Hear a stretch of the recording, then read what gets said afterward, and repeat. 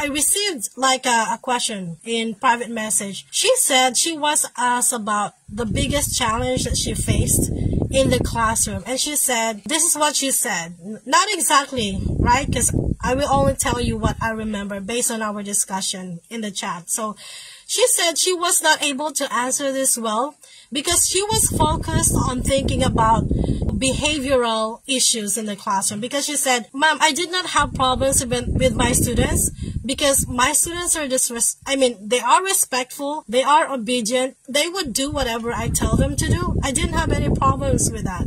So that's why she said during the interview, she wasn't able to give an answer that she finds satisfactory because she was focused on thinking about behavioral problems. And I told her there are many challenges for the teacher, not just behavior problems of the students, right?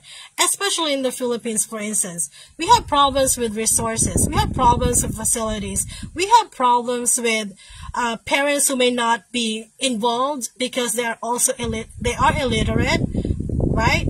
So you may have problems with student-teacher ratios. Probably you're handling 80 students in a class. That's a major problem, right? Teachers don't focus on behavioral problems. If you're asked the same things, I'm sure there are problems that you experience in your classroom, and you can talk about that too. So student-teacher ratio. For instance, you're handling too many students in the class.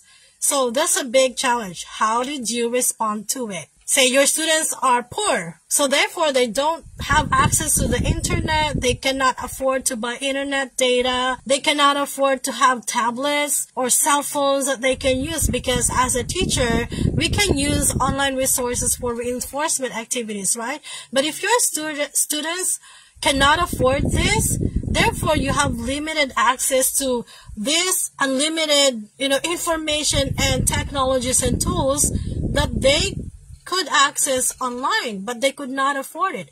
That's a big challenge. So as a teacher, what did you do about it, right? So, and if you did something, how did that help you respond to this problem? Did you look for funding from local government officials, right? Okay, so you may also want to think about how do you involve the communities, because you can be asked about this.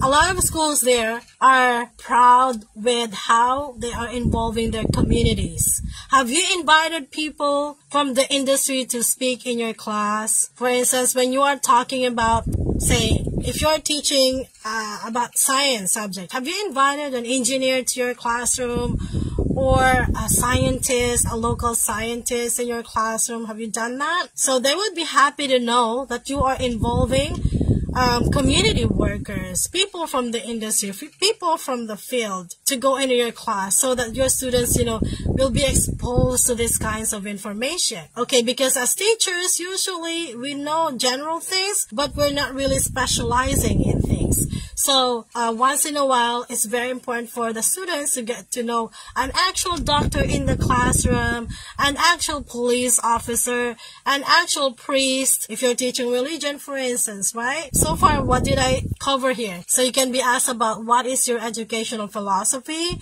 what do you enjoy most about teaching, why you are a good fit for the school. We talked about your behavior management strategy. We talked about how you engage parents, how do you involve them. Next, how do you ensure equality and inclusion in your class? What do you feel about current issues in education? Okay, I'm looking at your questions now because I'm done with my topic. I think I saw a question about whether it's okay to answer that you're looking for a greener pasture, right? It's okay to answer that, okay? But that question is usually asked by the visa sponsor, like, why are you considering teaching in the United States? Because honestly, that's the reality. And then you can probably talk a little about, how you feel that you need to go outside of the Philippines or your home country to get better paying job as a teacher. It's fine. But usually schools will not ask you that question. So if somebody would ask that question, it would be the visa sponsor. They would ask your interest, why you want to teach abroad, right? So make sure that that's not the only reason, obviously. So think about, expanding your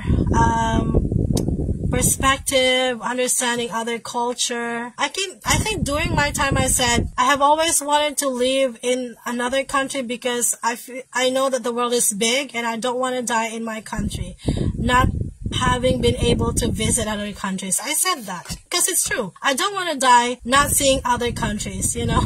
I was born here in the Philippines, die here. I personally feel like it's sad. So that's what I said.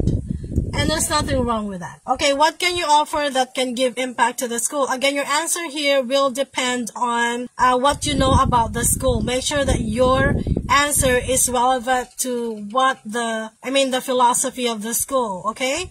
So, because you will know what school is going to interview you, the principal. So make sure to read about the school before you go to your interview. And make sure that your answers are related to their culture, to their philosophy, because that will be the best answer, because you want to be found suitable, right?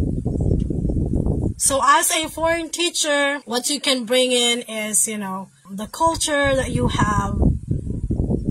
You can share it with your students, because you're learning about the culture of other people will broaden your perspective in life, will help you better understand people who are different from you, something like that. And also you can think about specific things that you have done at your school that has benefited your school.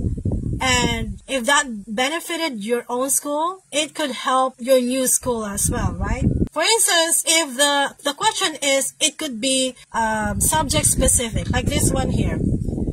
One of the questions they asked on my PI is, how do you teach mathematics? Okay, so in order to answer this, I would suggest, guys, for you to look at these teaching strategies that are used in the US. Look for rotation. So learn about rotation, learn about Kagan, collaborative strategies. So you have centers and differentiated learning. Read about SEL, social emotional learning things. Learn about, they're using Khan Academy a lot in there, because Khan Academy gives a student lots of practices. Read about Math Excel. It's good to mention that you are using some technologies that they are familiar in the US as well, because it's good for them to know, okay, the teacher is familiar with these things and they're actually using it in their school. Read. Okay, Ma'am Michelle, what questions are usually asked by the visa sponsor? Again, so if the interview is with a visa sponsor, it's usually about confirming your credentials, your teaching background, your bachelor's degree, what else? Visa-related questions, which they will think you could have an issue with your visa application during the process, something like that. They can also already ask you about teaching strategies, because one of the purposes of the interview with a visa sponsor is already to look into your English communication skills. Because for J1 visa application, they are not requiring the TOEFL English exam. They don't require the IELTS. But you should have advanced proficiency in English, because you're teaching Americans and that's the only language you'll be using.